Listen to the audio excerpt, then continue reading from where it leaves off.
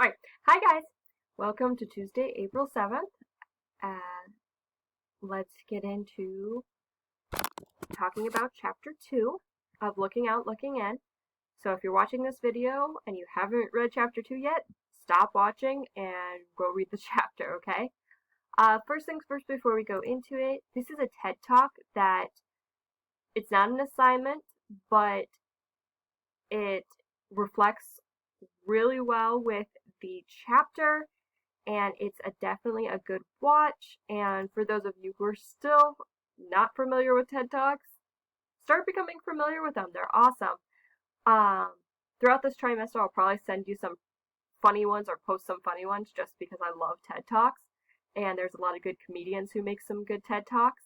And then there's a lot of non-comedians who make funny ones that are still relevant to schoolwork and what we're working on. So I definitely want to talk about them and let you watch them. Plus, TED Talks are a great example of speech giving and oral communication. So they are good things to watch.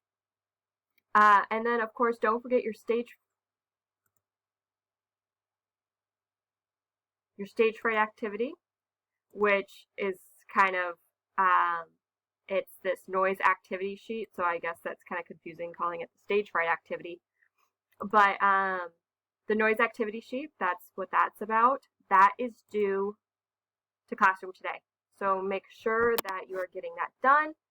And also make sure that you are watching my videos for it, because again, some confusion about how to do the discussion part when you don't have to. I said in the video for yesterday that you're not doing the discussion.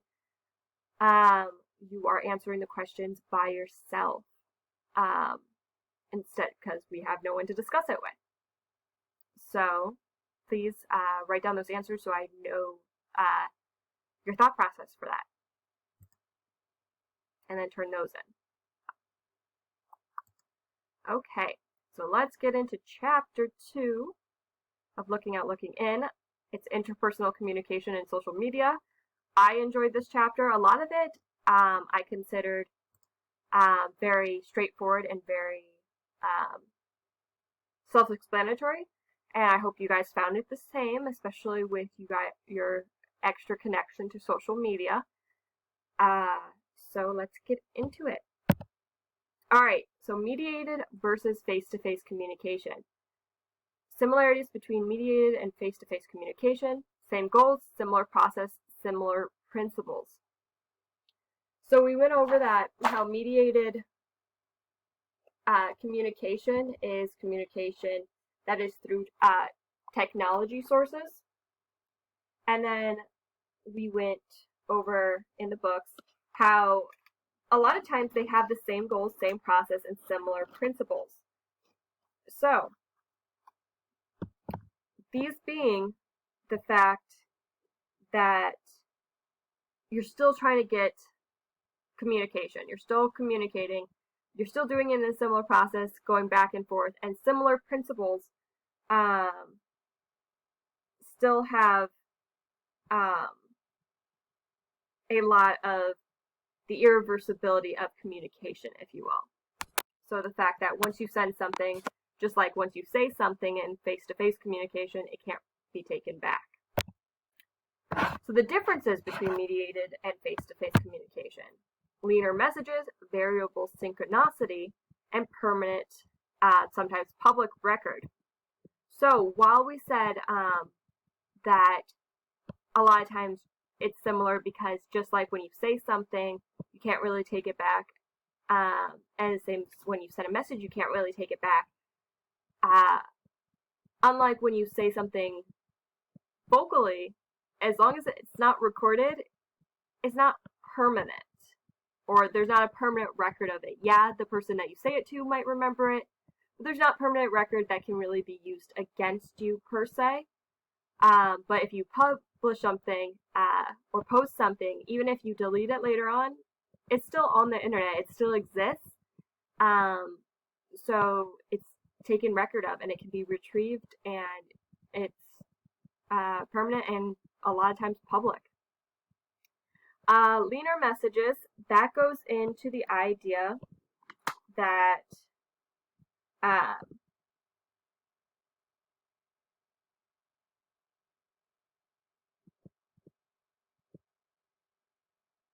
sorry, I got distracted.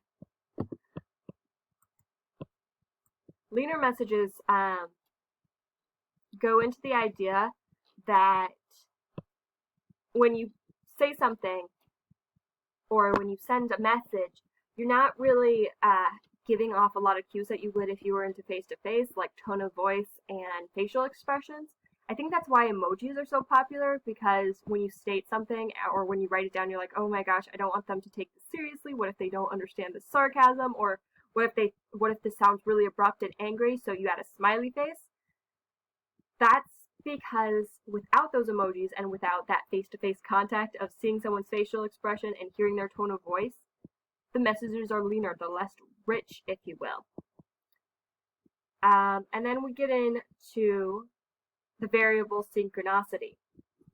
So there's synchronicity versus asynchronicity. So synchronicity is going back and forth, face-to-face communication is back and forth. You say something and then someone replies right away and then you say another thing. Asynchronicity, which we're getting really used to in this time of online learning, is kind of like an email or a text message where you can send a message and then the person who you send it to might not reply for another day or two, which again, the book goes into the fact that this in itself can send a deeper message. Like if you text someone something and they don't text you back for a couple of days, but they usually text you back right away, that's kind of sending a message to you pretty well, right? Saying, oh, they don't really want to speak to you, or at least they don't want to speak to you about what you just texted them. But still, the synchronicity versus asynchronicity is delay versus, or non-delay with synchronicity is back and forth right away, and asynchronicity, which can be delayed responses.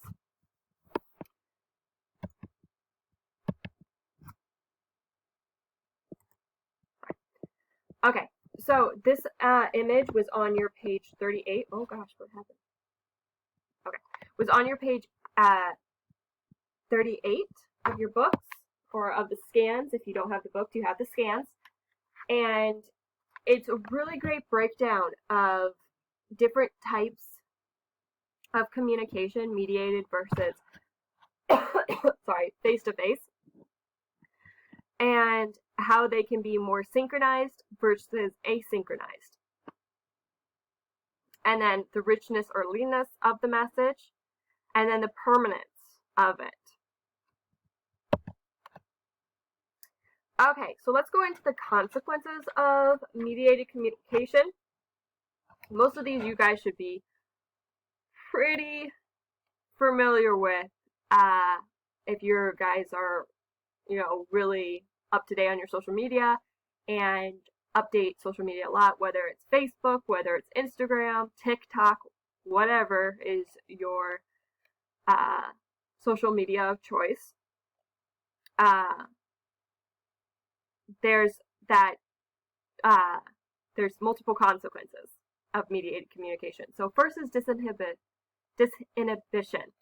which is pretty much cyber courage. It's giving you that extra courage that you wouldn't have a lot of times if you were doing something face to face. So it gives you that courage to say things, which some cases actually could be a good thing, especially for shyer people, or if you're not really great at verbal communication. But a lot of times it's a negative consequence. Sorry, I have something in my throat. Allergies. A lot of times it's a bad thing because you can say a lot of hurtful things and say things that you can't take back because it's permanent. And then hyperpersonal communication. So this is seen a lot.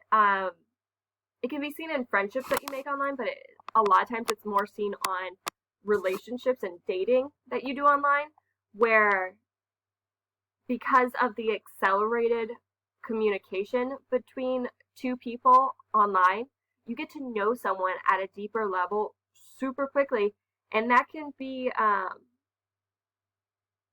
the discussion of personal topics and the relational development. So how the relationship develops, it develops at a quicker rate than if the relationship was formed in person.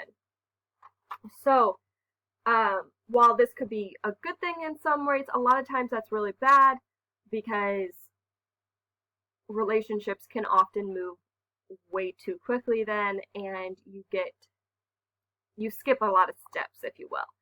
And a lot of times internet communication, especially dating, doesn't work out, and if you get hyper personal super quick, as often it happens, that person suddenly has so much information about you that you might not have wanted them to have now that you're done talking to them. And that can be considered for friendships that you make online too. You might reveal a lot of more things about yourself at a quicker rate than you would if you met this person and got to know them one-on-one, in person, face-to-face, instead of through mediated communication.